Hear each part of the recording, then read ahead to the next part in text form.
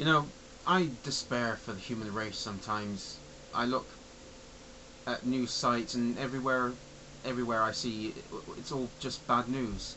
If it's if it's not wars with lots of innocent deaths, it's murder, rape, abuse, corruption in the government, in different governments, bribery, assault. You name it, you'll see it there every single day. It seems now that any sort of good news is quite the exception. It says a lot about the society that we live in today, where anything altruistic happens, it's so rare that it actually makes news. You know, anybody that helps someone or takes time out of their own life to help someone or a group, or with animals or something, it's such a rare thing to come across. As I said, it does make news. It's very telling, I think. I I live in a rather dangerous area, somewhat. It's I live on a very long road. Not so much now, but when we first moved here, there was a lot of joyriding going on. So you could, you know, uh, going to school or just sort of driving along the road, you would see a lot of burnt out cars from the night before. There's been a lot of deaths around this place as well. There's been a few suicides in this area. On the opposite side of the road, like not even 30 seconds away, walking, well, about a minute's walk away, there was a few years ago a kid. He was about 10 years old, and he murdered his baby brother. We're talking premeditated murder here, and that happened. We have the next door neighbor that we used to have here, died in her bathroom, literally about 15 feet away from where I am now. And it just this negativity, it's stifling almost. Where did it all go wrong? As our lives have gotten easier, we've become an incredibly selfish, lazy, stupid society. We don't want the old, we want the new. We want the latest release, the newest technology, the most expensive. We want to watch things on the flattest and the biggest. We want to wear the trendiest. We want to look the youngest. We want to drive the flashiest. We want everything right now, and we deserve it all. We've gotten to the point where glamour models are role models. How did this happen? We have young girls today that actually wanting to be these people. Like they're something to aspire to. Now, if you want to be a glamour model, I'm not going to stop you. But I think there are other people that we could hold up as ideals for our young people. It's just it's laziness. Why study or learn from them? Wordy collections of books. I don't know why I did air quotes there. Why learn from these sort of wordy collections of paper when we can put on an inch of makeup and get fake tits?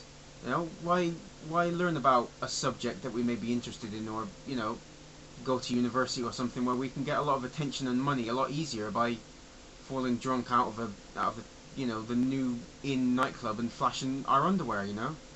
And money and attention seems to be the be all and end all of people these days. If we ever make a mistake, it's everyone else's fault but ours. But then we're so insecure in ourselves that we'll constantly brag whenever we win affection or something from someone else. And if we don't, then we're going to make everyone else's life hell, because nobody else deserves to be happy if we're not. We're always in the right.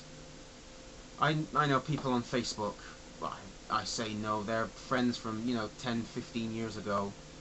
Hardly ever talk to them, even once they added me or I added them.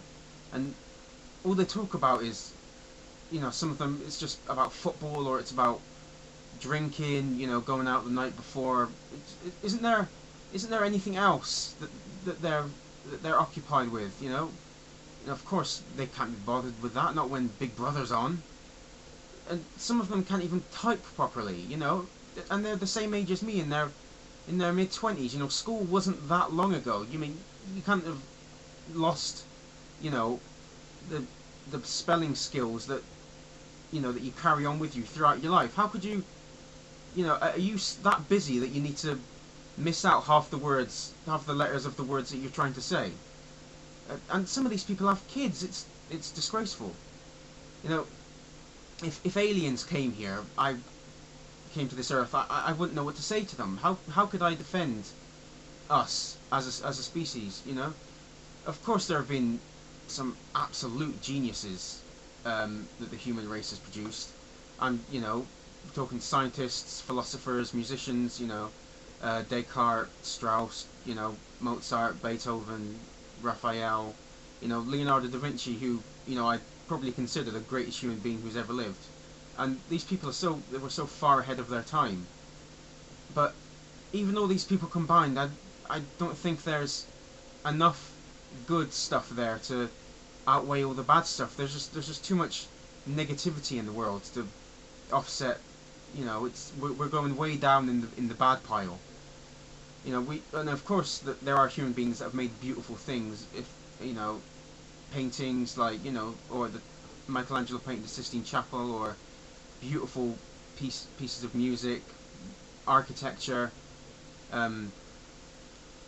Maybe, you know, the aliens could just save that stuff and just blow us up, or, you know, just, you know, take our DNA just to make sure that, you know, our species, you know, doesn't happen again. Because I said I do not see much good in humanity.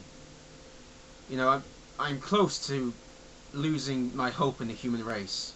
You know, electing Obama in America last year restored some of it. But then you've got these idiots, these birthers, who believe that President Obama wasn't born in the US, you know, which is completely about race. If he was white, then none of these people would be doing this. And then you've got these nut jobs opposing, you know, free fucking healthcare for every single American. You think, you know, being, you know, they say they're patriots and, you know, they love their country. You think they'd want that? But there's so many of them, and it's hard to stand up against them. You know, I know there's others who feel the way I do, but they're not here, and it sometimes feels like, you know, I isolate myself, and it also almost feels like I'm going up against them alone. You know, I don't want to lose hope in the human race, because, you know, if I do, you know, that's it for me. I might as well go back to, you know, the way I was, you know, never leaving my room, just pile the weight back on, and, you know, isolate myself even more than I do now. But I do have hope. Little sliver of hope I have left, because there are people I know, people I'm on friendly terms with, and people that I'm sub to on YouTube and that are sub to me. They give me hope, that there are people out there like me, you know, people who not only care about improving themselves, but also the lives of others.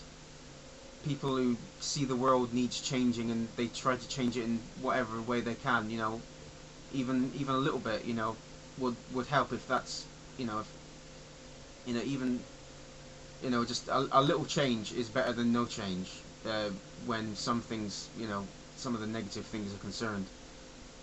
You know, people who aren't afraid to sacrifice and actually put some actual effort into their goals and the things that they want to achieve. These people give me hope. You know, hope that the future will be bright. Hope that the world, you know, will one day be better. You know, I wish I knew, and I wish I talked to more of these people. I think it would probably make me feel better. You know, people who actually, you know, aren't so selfish and self-absorbed that they can actually see past their own flesh and bone, and see that, you know, the needs of others are equal to mine. You know, I'm not the center of the universe. I'm sorry, everyone. I'll leave that there. I've rambled on enough. Cheerio.